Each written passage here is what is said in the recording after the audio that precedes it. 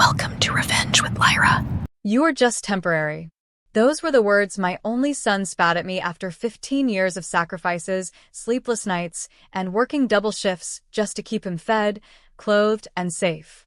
15 years I raised him alone, while his father disappeared without so much as a phone call. 15 years of birthdays without a gift, parent-teacher nights with only me in the room, hospital stays with no one to hold my hand but my own trembling fingers. And yet, the moment his father reappeared, with his shiny new wife and her painted smile, my son turned to me and called her Mom. When he slid those adoption papers across the table, my heart cracked. He didn't even look ashamed. She's better at it than you. You were just temporary. My name is Lena Whitmore. I'm 38 years old. And if you think you know how this story ends, stay tuned. Because what none of them realized was that by signing those papers, they had just destroyed everything they thought they were gaining. What happens when the family you built rips itself away from you? What happens when betrayal becomes the sharpest knife, one you never thought your own child would wield? I didn't scream. I didn't beg. I didn't even let the tears fall in front of them. I just smiled. A quiet, broken, dangerous smile. Because while they were celebrating their new, perfect family, I was already making my first call. And when the truth finally surfaced, they would understand. I was never the temporary one. I was the foundation. And without me, they were about to collapse. The ink on the adoption papers wasn't even dry when they invited the neighbors over for a celebration dinner. I wasn't included, of course. My son, their new son, sat at the head of the table like a prize they had just purchased. I drove past their house that night. The lights glowed through the curtains. Laughter spilled into the street. My son's voice rang out, calling her Mom.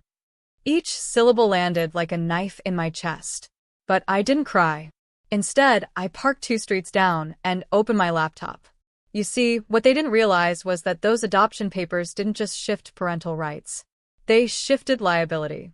His father and that woman had no idea they'd just taken on every financial and legal responsibility for the boy they claimed as theirs. The medical bills I'd been paying for years? Gone. His father would inherit them.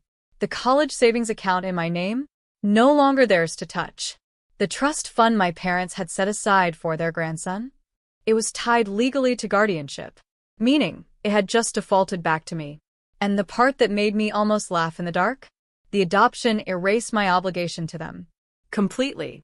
That night, while they toasted their fresh start, I filed a notice with the court.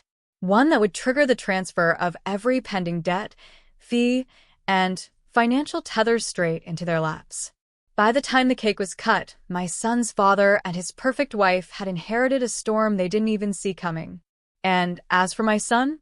Well, he was about to learn the difference between a mother who bleeds for you and a woman who only smiles for pictures. The first crack in their perfect life was coming. And it would be loud. 3 days later, my phone rang. I didn't answer. I just let his new wife's voice fill my voicemail, cracking, desperate, not at all like the polished woman who had smirked at me across the lawyer's desk. Lena, there must be some mistake. We just got a notice from the hospital. Over $84,000 in outstanding bills, all in our name now. I almost laughed. Mistake? No. That was the cost of raising a child when the father disappeared. A cost I carried on my back for 15 years without complaint. I sat at my kitchen table, sipping coffee, listening to her beg. She wanted me to explain, to fix it, to help. The same woman who once looked me in the eye and said, "You should be grateful we're taking him off your hands." Grateful.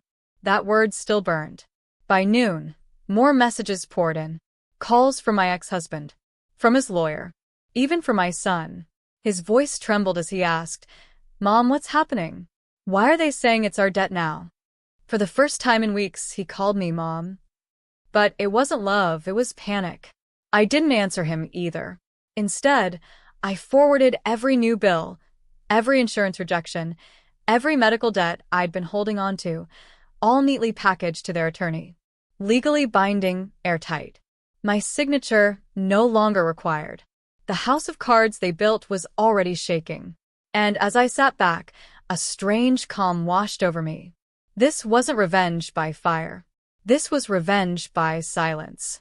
Because sometimes the most powerful sound in the world is the absence of your voice. And they were about to drown in it. The first time I saw them crack was at the grocery store. She was at the register, swiping her pristine credit card, when it was declined, twice. The cashier offered a quiet, embarrassed smile. She snapped, red-faced, fumbling for another card that barely scraped through. I stood 2 aisles away, unseen, watching the woman who once called me temporary crumble under the weight of the word permanent. By the following week, I got word through mutual acquaintances her boutique clothing store had temporarily closed.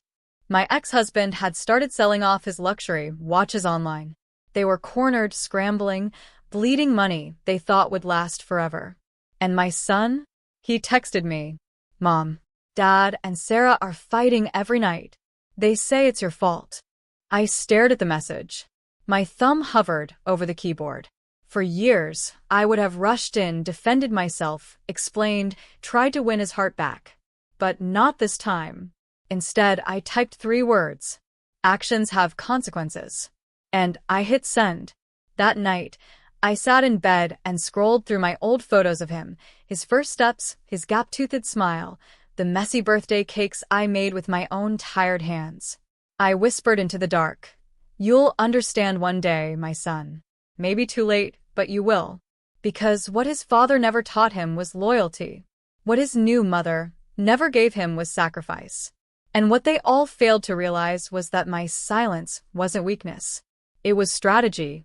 Every debt notice they opened, every angry call from creditors, every broken luxury was another reminder that while they laughed at me, while they erased me, I was building the quietest, sharpest weapon of all. Not anger, not hate, proof. And the proof was burying them, one bill at a time. It didn't take long before their desperation reached my doorstep. One rainy evening, as thunder rattled the sky, I heard the knock. My son's voice trembled through the door. "Mom, please. We need help." I froze. For 15 years, I had been his safety net, his shield, his mother. Now, he stood outside with the woman who had called me temporary, her designer coat soaked, mascara streaking like war paint. And beside her, my ex-husband, silent, jaw tight, eyes darting anywhere but mine. I opened the door just enough to meet their faces in the light. Sarah spoke first. We need a loan. Just something small. We'll pay you back. You're his mother. You can't just let him suffer like this." Her voice cracked on mother. My son's eyes pleaded. For a split second, my heart ached, because love doesn't vanish, even when it's betrayed. But then I remembered the papers he signed. The words, "You were just temporary." So I smiled. Calm. Controlled. "You signed away your loyalty, remember? You chose temporary." His face went pale, lips parting as if the words finally echoed back at him. Sarah hissed, "You can't do this. We'll lose everything." I leaned closer, whispering so only my son could hear. "Everything you lose now is everything I gave up to raise you alone. Maybe now, you'll learn what those years were worth." Then I closed the door. I stood there, my hand pressed against the wood, listening to the muffled sobs, the angry shuffle of footsteps fading into the rain. My chest heaved, not with triumph, but with the kind of sorrow only a mother knows, the pain of watching your child choose poison and beg for antidote. But I couldn't open the door again, because true lessons aren't taught with hugs. They're carved by consequences. The fallout was swift. Within weeks, Sarah's reputation as the perfect stepmother collapsed. The adoption deal she had flaunted at brunches, her proof of victory, was now her undoing.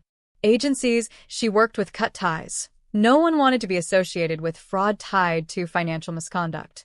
My ex's new family business crumbled under the weight of unpaid debts. And my son? He became invisible in their chaos. The boy who once sneered at me now stood in courtrooms, his voice shaking as lawyers recited his choices back to him. I wasn't there to gloat, but I heard every word from my attorney. He willingly transferred guardianship to the stepmother, they repeated. He willingly voided his rights to his biological mother's estate. Willingly. That word echoed through the chambers like a gavel on stone. At night, my phone lit up with his messages. Mom, I didn't know what I was signing. Mom, she tricked me. Please, I just want to come home. Home. The same home where I once patched his scraped knees, where I worked double shifts to keep food on the table, where birthdays were celebrated with homemade cakes because money was tight, but love was full. And now he remembered it. But memories don't erase betrayal. I typed back, fingers steady. You told me I was temporary. And I believed you. I didn't press send. Instead, I saved the draft. My hands trembled not from rage anymore, but from grief. Because revenge doesn't silence the ache of motherhood. It only sharpens it. Still, I knew this. He had to sit in the wreckage of his choices. Only then could he understand the weight of what he threw away. And until that day, my silence was the loudest lesson I could give. The silence cut deeper than any words. Weeks passed, and each one carved another line across my heart. He kept calling, sometimes angry, sometimes begging, sometimes whispering apologies I had once dreamed of hearing. But every ring was a reminder. He had chosen her. He had chosen papers over flesh, signatures over blood, and a stranger's promise over the woman who never abandoned him. Meanwhile, Sarah's empire of control collapsed in plain sight. The mortgage on their new house defaulted. The business she bragged about closed its doors. Neighbors whispered about police visits, frozen accounts, and lawyers circling like vultures. I stayed quiet. I stayed away. Until one morning my lawyer handed me a folder. Inside, final documentation. My son was no longer entitled to my estate, my investments, or even the small life insurance policy I once thought would secure his future. Legally, he was a stranger now. And that broke me because I hadn't needed revenge to cut ties. He had already done it himself. That evening, he showed up outside my house. Thin, hollow-eyed, desperate. He pounded on the door, his voice cracking as he shouted, "Mom, please." She left us. She drained everything. I need you. I need my mom. I stood on the other side of the door, my hand on the knob. Tears burned behind my eyes, but I didn't open it. Because motherhood had been my gift, my sacrifice, my life's work. And he had thrown it in my face. Instead, I whispered through the wood. I raised you for 15 years. I loved you more than myself. You told me I was temporary. Maybe now you understand what permanent feels like. I walked away. The pounding stopped. Silence returned. But this silence wasn't mine anymore. It was his. The final page of this story wasn't written in anger. It was written in peace. Months passed, and I built a new rhythm, one without him. Therapy helped me release the guilt I had carried, the self-blame that whispered I wasn't enough. Friends surrounded me with warmth, reminding me that family isn't always bound by blood, but by respect. News of Sarah drifted back in fragments: eviction, lawsuits, even whispers of fraud. My son was seen at shelters, odd jobs, trying to piece together a life that had unraveled because of the very choice he thought would save him. It hurt to know he had fallen so far, but it wasn't my burden to carry anymore. I had carried him, alone, for 15 years. And he had signed it all away with one cruel sentence: "You were just temporary." So I became permanent in my own way. Permanent in my strength, my independence, my refusal to bow to those who broke me. I poured my energy into a scholarship for single mothers, making sure no woman would ever feel as abandoned and invisible as I had. One evening, walking home under the glow of streetlights, I passed him on the corner. He looked at me like a ghost, his lips parting as if to call me mom again. But I just kept walking. My heels clicked against the pavement, steady, strong, unshaken. Because the truth was simple. I wasn't temporary. I was forever. And he was the one who chose to erase me. My justice wasn't revenge. It was peace. And it was mine to keep.